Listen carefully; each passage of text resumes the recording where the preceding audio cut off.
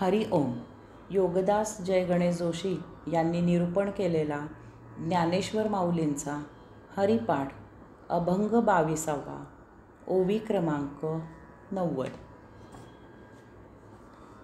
Dnyandev पुसे निवृत्तीसी Chad, गगनाहुनी वाड नाम आहे. ज्ञानदेव पुसे निवृत्तीसी चाड, गगनाहुनी वाड नाम आहे. श्री ज्ञानेश्वर माऊलींचे थोरले बंधू श्री निवृत्तीनाथ हेच त्यांचे गुरु होते. श्री निवृत्तीनाथांनी श्री ज्ञानेश्वर माऊलींना अध्यात्माचे द्वार मोकळे करून दिले. गुरु श्री निवृत्तीनाथांनी श्री ज्ञानेश्वर माऊलींना नाममहात्म्य सुलभ करून सांगितले. ज्ञानदेव पुसे निवृत्तीसी चाड. श्री ज्ञानेश्वर माऊलींनी श्री निवृत्तीनाथांना नामाचे महात्म्य पुसले. नामाचा मोठेपणा किती आहे ते विचारले. नामस्मरणाचा विशेष काय आहे ते विचारले. नामाबद्दल त्यांचे मत काय आहे ते सांगावे असे म्हटले. नामात असे कोणते गुण आहे ते सांगावे अशी विनंती केली. नामातील गुह्य गोष्ट उकलून कथन करावी अशी इच्छा व्यक्त केली. येथे एक गोष्ट लक्षात घ्यायची आहे की श्री ज्ञानेश्वर माऊली हे महान योगी होते. योगियांचा राजा होते. ज्ञानेश्वरीत त्यांनी अतिगहन अतिगुह्य अशा कुंडलिनी शास्त्राची फार सोप्या भाषेत उकल केलेली आहे. कुंडलिनी जागृत करायचा स्वानुभव कथन केला आहे. असा हा महायोगी भक्तिमार्गातील सुलभ सोपा असा नामस्मरणाचा मार्ग आपल्या गुरुला कथन करायला सांगत आहे. नामाचे मोठेपण कशात आहे, किती आहे, कसे आहे ते आपल्या गुरूंनी कृपावंत होऊन सांगावे अशी इच्छा व्यक्त करत आहे.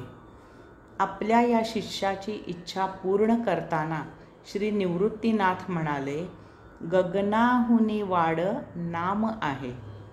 नामाचे महात्म्य श्री ज्ञानेश्वर माऊलींना आपल्या शिष्याला सांगताना श्री निवृत्तीनाथ म्हणाले की परमात्म्याचे नाम हे गगनाहूनही महान मोठे आहे.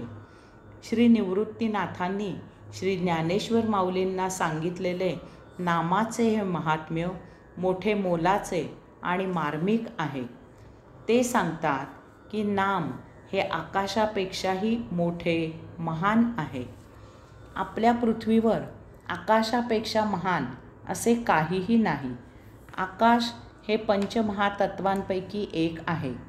इतर 4 पंचमहातत्वे पृथ्वी, आप, तेज, वायू ही आकाशात लय पावतात. महत्त्वाचे म्हणजे शब्द हा आकाशाचा गुण आहे.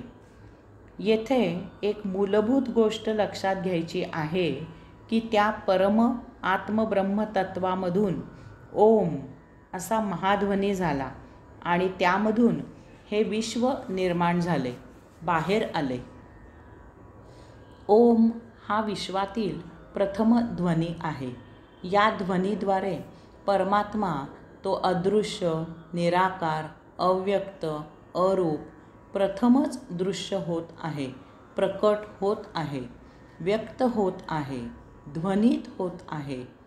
तो विश्वेश्वर शब्दबद्ध होत आहे. ओम तो विश्वनिर्माता स्वतःच स्वतःची ओळख करून देत आहे. मी ओम. परमात्म्याचे नाव माहीत झाले, ओम. परमात्म्याचे हे प्रथम नाव आहे ओम. योगाधिराज पातंजलींनी सूत्र लिहिले आहे, तस्य वाचकः प्रणवः. प्रणव ओम हे परमात्म्याचे संबोधक आहे, नाव आहे. परमात्म्याची उपासना करायला, त्याच्या नावाचा जप करायला नाम उपलब्ध झाले ओम. या ओंकारातून नंतर स्वरसृष्टी आणि मग शब्दसृष्टी निर्माण झाली आणि यथा कालावधी ती विकसित होत समृद्ध झाली. ओम या प्रथमध्वनीमुळे प्रथम पंचमहातत्वाचा आकाशाचा गुण शब्द हा झाला. मग वायू, तेज, आप आणि पृथ्वी ही तत्वे त्यांच्या स्पर्श, रूप, रस आणि गंध या गुणाने माहीत झाली. गगनाहुनी वाड नाम आहे. परमात्म्याचे नाम हे गगनाहूनही आकाशाहूनही मोठे आहे. नाम ही ध्वनी उपासना आहे.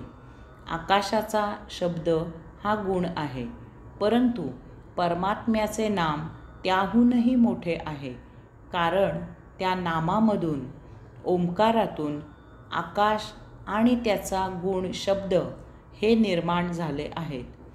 परमात्म्याचे नाम हे सदा त्याच्यासह असते. परमात्मा विश्वाच्या पलीकडे आहे, त्यामुळे त्याचे नाम या विश्वाच्या पलीकडे आहे. त्या अनंताचे नाम अनंतासारखेच अनंत आहे. त्याचा थांगपत्ता लागत नाही. आकाश आणि त्याचा गुण शब्द हे सूक्ष्म आहेत, परंतु परमात्मा आणि ओम हे त्याहूनही सूक्ष्माहूनही सूक्ष्म आहेत. शब्दांना अर्थ असतो. परमात्म्याचे नाम हे अर्थातीत आहे. त्या पलीकडे, शब्दांच्या पलीकडे आहे. शब्द बोलून आकाशात विरून जातात. परमात्म्याचे नाम अक्षर आहे. नामजपाने प्रत्यक्ष परमात्मा प्राप्त होतो. यातच त्याचे महात्म्य आहे. हरिमुखे म्हणा, हरिमुखे म्हणा, हरिमुखे म्हणा, हरिमुखे म्हणा. हरि ओम.